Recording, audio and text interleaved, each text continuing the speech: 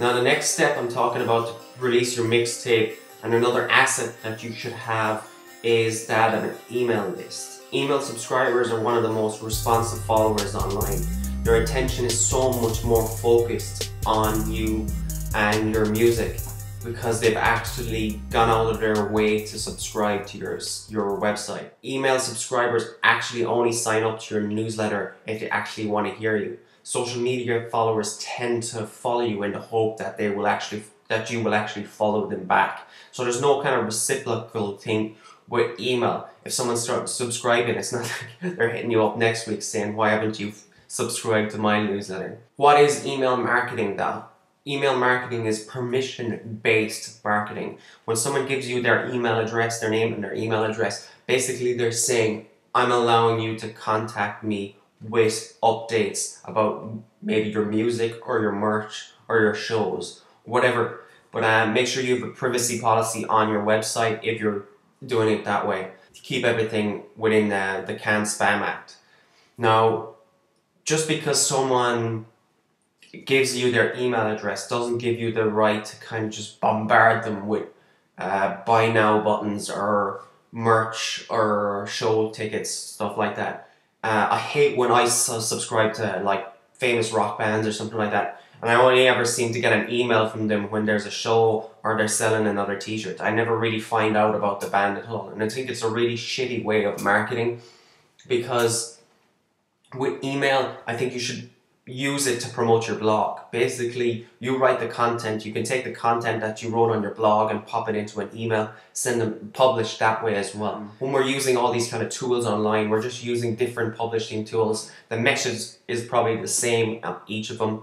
Like if you're publishing a blog on your website, you're probably going to syndicate it all to your social networks, and there's no harm in taking that content and popping it in an email and sending it to your fans. But bring them on your journey in your music career. Don't just try and promote to them all the time. So many musicians do that, and I've signed up to a lot of my competition, especially in the beat making niche, where you just sign up to a bunch of other beat makers and just to see what they're doing, and all they seem to be doing is just buy my beats, buy my beats, buy my beats. So you don't want to treat them like that. You're trying to promote your mixtape. Give them information about how you created your songs. Give them information about your struggles. Tell your email subscribers who you're listening to. Stuff like that. Just be interesting. Try and keep it as interesting as you can. Now, the reach on most social networks has diminished. This is why I'm telling you to use an email list.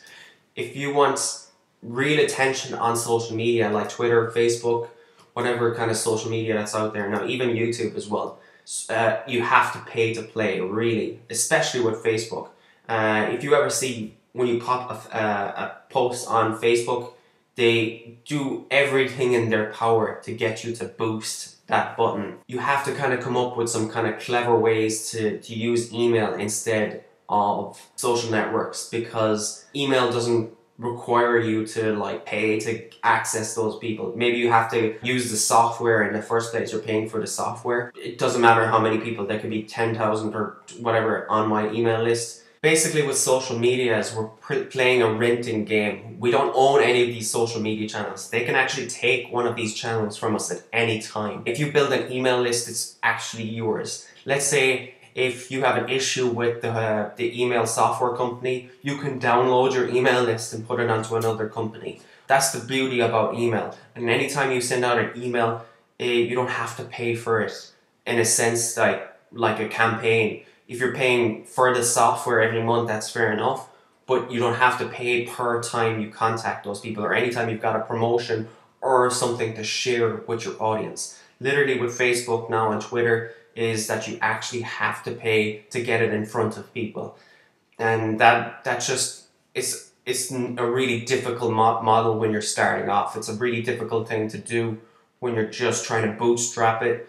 Yes, you're going to have to pay for some advertising when you're releasing a mixtape, but if you're not building an email list now, you're really, really missing out, because once you use this launch of your mixtape, if you use, let's say this is your first mixtape and you use this launch as a starting point and you build up, let's say, 1,000 email subscribers, if you keep doing launches of mixtapes, or if you keep doing releasing mixtapes, each time you're building upon that list. So the next time, let's say 3 or 4 mixtapes down the line, each mixtape that you release builds extra followers in that email list. But each time you get promoted based on the work you've done with that last mixtape. So it's just one of the easiest ways. Using an actual release of a mixtape was one of the easiest ways to build an email list too. And it really kind of coincides with the last point which I made about having a website and using your blog. So basically use your blog as the way to build the email list, and if you need content for your to send to your followers, use the blog content in your emails. And that's just one of the easiest ways to kind of create content around a mixtape and the release of your mixtape. I really hope that hip-hop artists watching this one video on email marketing to help you release your mixtape, they don't skip this step. I know when people see something like, oh, I'm going to have to pay like 10 bucks or 20 bucks a month to use the software for email marketing, but it's way more worth it than just relying on a social media page that you're going to have to pay for anyway if you really want to promote it. And I understand that when we're talking about bootstrapping, we are kind of keeping everything cheap, trying to think of growth hacking methods. Building an email list is something that will grow your business, promote your music for whenever you release something in the future. Most artists are going to have fears about, oh, I don't know how to use the technology, I'm not really good at writing stuff, I don't really know how to build an email list, what can I even actually use to build an email list? And I've all that ready solved for you in a different set of videos, and the link should be in here in the video somewhere or underneath the video. Check underneath the videos, guys, because I think all the links are in there for whatever I mention in any of this kind of how to release a mixtape series. But this, between the website and the email list, I just really hope you guys don't skip those steps, because they're probably one of the biggest things that can benefit you on this kind of tip series that I've kind of created for you. This is Dan, the Corporate League Beats. On my YouTube channel, we've got tons of videos on how to promote your music. Don't forget, YouTube's going to magically appear a video that suits you. I offer some free stuff on my website, beats and artist resources. Don't forget to hit that subscribe button underneath the video. This is Dan from the Corporate League Beats.